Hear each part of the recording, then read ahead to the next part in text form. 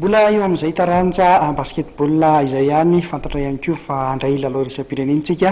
amin'ny volana aogositra ho avy iny. Ny Afrobasket-men ao an'ny latsaky ny 18 taona moa no karakaraina amin'izay tsy aivina ihany tahaka ny tanterana tamin'ny taona lasary dia mikarakara hetsika ahafahana manome tsirony mialoha sy fampahafantarana ny fandraisantsika izay Afrobasket-men ao an-latsaky ny 18 taona izay ny pakafi ny komity mpikarakara ity fifananana ity ka ho an'ny komity mpikarakara ny baskety ifotony eo anivon'ny federasiona kosa indray ary dia isy ny hetsika izay tanterahan'izy ireo manodidina ny basketball io mazava ho azy ny raika amin'ny telopolo Mey ka hatramin'ny faha 20 ny volana Jolay ho avy izao hetsika izay nampitondrena ny anarana hoe Afro Basket Tour antsika malagasy moa izay fanazavana indrindra ary oetina Andriamatoa Rasaony Pascal.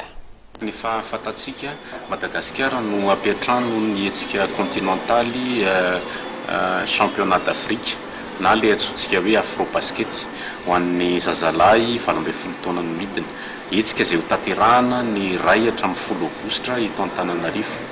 Ao anatin'izany dia toy ny mahazatra misy ny fiomanana amin'ny alalan'ilay hetsika antsoina hoe Afrobasket Tour izy io hetsika natao fampahafantarana ny fisian'io hetsika kontinentaly io eto amintsika no heverina ao anatin'ny teboka anankiroa lehibe no anatanterahana azy misy moa ny fifaninanana eo amin'ny taranja baskety izay tanterahana eto Antananarivo sy ny manodidina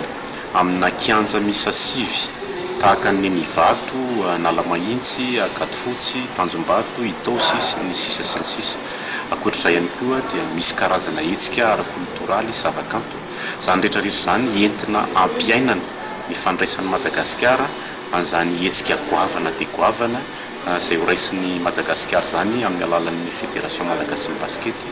Izay no zavatra ho tanterahan'ny komisiona basketball de masse na ny fitantanana ny basketball eny fotony. Inona mety hampiavaka azy ny anarana ve ny tazomina ihany inona mety hampiavaka azy amin'ity taona ity? Tamin'ity andiany ity natsoinay hoe antsika malagasy ny anaran'ilay Afrobasket Tour dia hiteny izay hoe manasa ny malagasy rehetrarehetra hiaraka ifanometanana amin'ny fandraisana an'io Afrobaskety izay ho tanterahana eto amintsika io. Ny mampiavaka azy ihany koa